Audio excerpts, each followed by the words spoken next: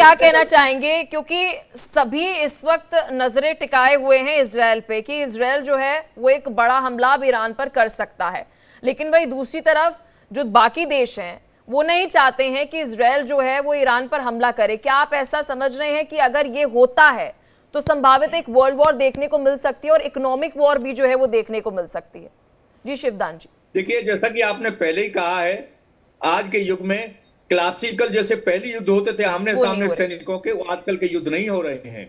चाहे रूस यूक्रेन की लड़ाई हो, चाहे हमास इजराइल की लड़ाई हो, चाहे हमास हिजबुल्लाह की लड़ाई हो, ये सारी की सारी लड़ाइयां आजकल मिसाइलों से, रॉकेटों से और उस तरह के वेपन से हो रही है, प्रोजेक्टाइल वेपन से हो रही है। इसी प्रकार से ये इस जो आजकल का ये जो विश्व युद्ध जो आप कह रही हैं, ये प्रॉक्सी वार है। इसके अलावा दूसरा जो युद्ध होने से वाला है वो है इकोनॉमी का युद्ध। यदि ईरान के ऑयल भंडारों पर अटैक होता है तो ईरान एक मेजर ऑयल सप्लायर है वर्ल्ड के लिए। राइट। यदि उसके ऑयल भंडार डिस्ट्रॉय होते हैं तो ऑयल की डिमांड बढ़ेगी विश्व में और इसकी कीमत बहुत ज्यादा बढ़ेगी। और आजकल के संसार में ज्यादातर जो प्रोडक्ट्स हैं सब किसी न किसी तरह से एनर्जी कंज्यूम करते हैं, इसलिए एनर्जी का जो भाव बढ़ेगा तो पूरे विश्व में महंगाई बढ़ेगी। तो ये एक प्रकार की इकोनॉमिक वार हो जाएगी पूरे विश्व में, जो वर्ल्ड वार का दूसरा रूप होगा इकोनॉमिक वार। और दूसरी है प्रॉक्सी वार। जैसे कोई भी आजकल कोई भी देश सीधा आमने सामने नहीं लड़ेगा, मगर जैसे अभी आजकल मिसाइल उसकी लड़ाई है, इसलिए जैसे कभी सीरिया में मिसाइल दाग दी जाती हैं, सीरिया के एयरपोर्ट पर, कभी ईरान में दाग दी जाती हैं, कभी नसरुल्लाह पर हो जाती हैं। इसलिए इसी प्रकार से ये इस प्रकार की लड़ाई चलेगी और क्लासिकल जो थर्ड वर्ल्ड वार है वो शुरू नहीं होगी। लेकिन सर मैं इसका दूसरा पहलू भी समझना चाहूंगी, क्योंकि एक तरफ तो आप कह रहे हैं कि एक इकोनॉमिक वॉर हो जाएगी अगर ईरान पर इजराइल की तरफ से हमला किया जाता है, लेकिन जहां से मैं देख पा रही हूँ इजराइल तो अभी बेलगाम नजर आ रहा है। उसे लक्ष्य सिर्फ ये नजर आ रहा है कि ये दुश्मन है, ये अस्तित्व की लड़ाई है और इन्हें खत्म करना है। देखिए, ऐसा है जैसा कि 3 दिन गुजर चुके हैं इजराइल पर हमला होने के बाद में, अभी तक इजराइल केवल सोच ही रहा है जी। यदि वो इस प्रकार से जैसे आप कह रही हैं वो अनकंट्रोल नजर आ रहा है, यदि अनकंट्रोल होता तो अब तक वो ईरान के ऑयल भंडारों पर, अपने एटॉमिक प्लांट्स के ऊपर अब तक हमला कर चुका होता, क्योंकि इजराइल की ये पूरी कहानी रही है राइट फ्रॉम 67 वार में। मैंने पूरा स्टडी किया, 67 वार, 73 वार भी स्टडी किया है और उसके बाद भी वार स्टडी किया। इजराइल अपने दुश्मन को ढूंढ ढूंढ के मारता है और आज तक इजराइल ने कोई लड़ाई हारी नहीं है। मगर इस अटैक को अभी तक इजराइल टॉलरेट कर रहा है केवल इसलिए कि वो यही विचार कर रहा है वर्ल्ड की ओपिनियन के बाद में कि वो अटैक किस पॉइंट पर करे ईरान के अंदर।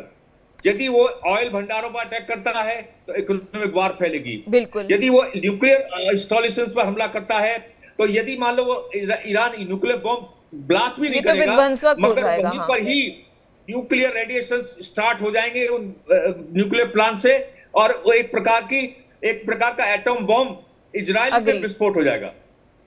तो विजय सागर जी, क्योंकि अभी हमने sir economic war, proxy war का जिक्र किया, लेकिन मुझे ऐसा क्यों लग रहा है कि सुपर पावर बनने की भी एक वॉर है, क्योंकि जो प्रॉक्सीज इस्तेमाल किए जा रहे हैं उसके पास 2 देश हैं, एक तरफ अमेरिका तो वहीं दूसरी तरफ रशिया। दोनों युद्ध की अगर मैं बात करूं, एक तो सीधे तौर पर रशिया यूक्रेन चल रहा है, तो वहीं दूसरी तरफ अगर मैं इजराइल की बात करती हूँ, इजराइल जो कह रहा है कि टेररिज्म को लेकर हमारी लड़ाई है, अस्तित्व को लेकर ये लड़ाई है, लेकिन पीछे बड़े देश हैं। देखिए पलक, ये जो कहानी आपने बताई है इसमें डेफिनेटली प्रॉक्सीज का हाथ है और वर्ल्ड पावर की सुप्रीमेसी गेन करने की जरूरत है, परंतु इजराइल ने अभी तक 3 दिन से अटैक क्यों नहीं किया उसका कारण मैं आपको बाद में बताता हूं। वो इसका कारण ये है कि अटैक इसलिए नहीं हुआ है क्योंकि इजराइल सोच रहा है कि किस तरीके से अटैक किया जाए। जैसे अभी शिवदान सिंह जी ने बोला कि जो अटैक है फिजिकल अटैक नहीं होगा, ये खाली मिसाइल या ड्रोन से होता है, परंतु इजराइल स्टेप आगे है। एक और तरीका है हाइब्रिड वॉरफेयर वाला। जैसे आपने देखा कि हिजबुल्लाह को कैसे खत्म किया, उनको पता लग, हिजबुल्लाह को $100 बिलियन ईयर का बजट मिलता है ईरान से, तो उनकी एक बड़ी कंसाइनमेंट आ रही थी पेजर बैटरीज की, वो उन्होंने उसके साथ जो भी छेड़छाड़ करी जब वो पेजर बैटरी उनके लोगों के पास गई, उनको उड़ा दिया गया और उसके बाद उसकी सारी मैपिंग की गई। तो एग्जैक्टली मोसाद को पता था कि कौन कौन लोग हैं जो हिजबुल्लाह के समर्थक हैं, जिन्होंने चोटें सही हैं, जो हॉस्पिटल में गए हैं इलाज कराने के लिए। उस तरह से उनको खत्म किया गया।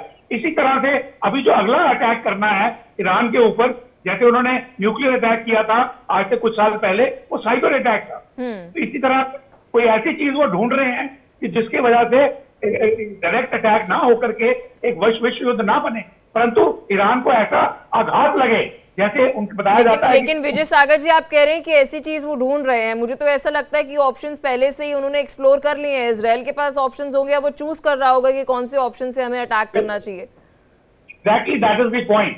तो अभी उनको ये करना है कि किसी तरीके से फिजिकल अटैक ना बने, जिसमें ताकि रशिया, चाइना, नॉर्थ कोरिया ना कूदें, और at the same time Iran को वो आघात लगे कि वो दोबारा इजराइल की तरफ बिल्कुल सोचे भी ना, हुतीज की सपोर्ट बंद करे, हिजबुल्लाह की सपोर्ट बंद करे, हमास की सपोर्ट बंद करे, और इजराइल जो है इस प्रॉब्लम को वंस फॉर ऑल खत्म करने की कोशिश करे। ठीक है, बहुत शुक्रिया सर, आप दोनों ने अपना कीमती समय दिया, विस्तार से इस पर चर्चा की, क्योंकि अब पूरे विश्व की निगाहें इजराइल पर है।